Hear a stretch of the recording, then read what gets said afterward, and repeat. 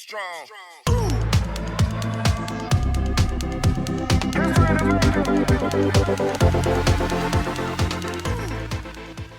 Hello everyone, welcome to Audio Bites.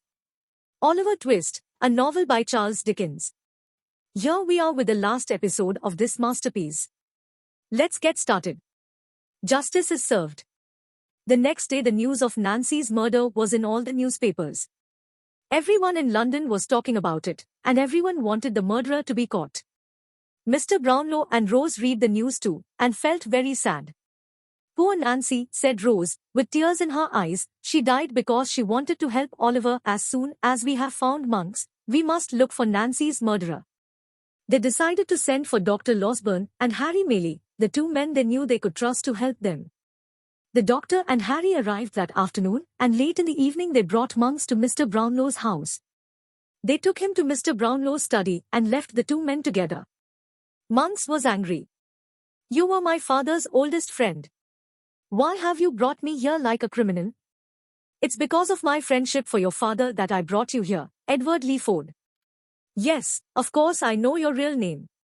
I know many other things too about the gangs you belong to and the trouble you have been in abroad. And don't forget I was going to marry your father's sister, but she died. I know the sad story of your father's marriages, too. After his first wife your mother died, he met a young woman and fell in love. Soon after this marriage he had to go abroad suddenly, but before he left he gave me a picture of this girl and asked me to take care of her if anything happened to him. I still have the picture, and that's how I recognized Oliver. He looks exactly like his mother. Well, while your father was abroad, he got ill and died. When his wife heard the news, she was so upset she ran away. I couldn't find her and so Oliver was born in the workhouse. Your father left his money to you and your half-brother, Oliver. I want to make sure you share the money with him. You can't prove that Oliver is my half-brother." "Ah, but I can. I have spoken to Mr. Bumble, who is master of the workhouse where Oliver was born. He told me about the locket and ring. You can choose. Sign these papers to say that you will share your father's money with Oliver, or I will tell the police everything I know about you. I have got friends who can help me to hide from the police. Or I can go abroad." "Why should I sign those papers? I know who your friends are, thieves and murderers. And maybe I know something that you don't. The police arrested Fagin and Jack Dawkins today. Soon they will catch all the other members of the gang, too. Then who will help you?" Monks turned pale. "If I call for the police now you will get a fair trial, but we both know you will go to prison." Monks walked angrily up and down the room. At last he spoke. "Very well, if I sign the papers, will I be free to go?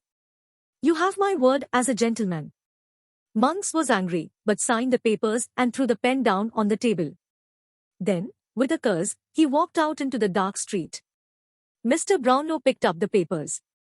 "Thanks to Nancy, Oliver is safe. And now we must hunt down her murderer." When the police caught Fagin, Toby Crackit and Charlie Bates were with him, but they escaped up the chimney. Later that evening they were hiding in an old house near the river in one of the dirtiest, poorest parts of the city. As they were looking out of a window, they suddenly saw a white dog, with blood on its fur and feet. "Bill's dog. Bill must be somewhere near here. If he comes here I won't help him," shouted Charlie. "I will call for the police." A few minutes later, someone knocked at the door. Toby opened it and Bill Sykes ran in. He looked sick and tired and sat down in a chair with the dog at his feet. "The police are after me with a crowd of people, but they didn't see me come in here. Can I stay and hide till they have gone?" "Monster! Murderer!" shouted Charlie. Outside in the street there was a big crowd of people and policemen. Charlie opened the window and shouted loudly, "Help! Police! The murderer is here."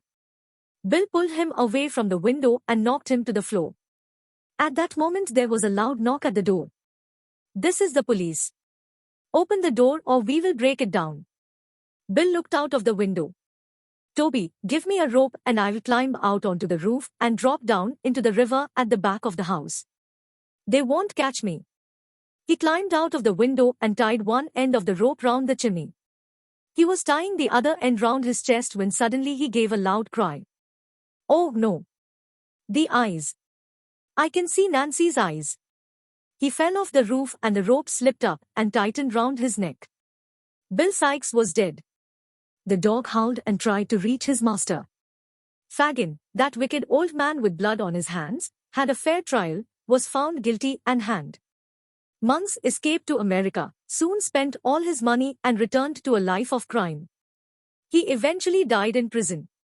Charlie Bates decided an honest life was best and found a good job on a farm.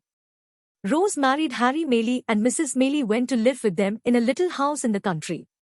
Mr. Brownlow adopted Oliver and bought a house near their friends, the Maylies. When he told them the story of Oliver's parents, they all realized that Rose was in fact the sister of Oliver's mother, Agnes. So finally, Oliver found himself with a family he did not know he had and lived the rest of his life in happiness. The end. Here we come to the end of the episode 10. In case you have not heard to the audiobooks of the previous episodes, the link to them is right there in description.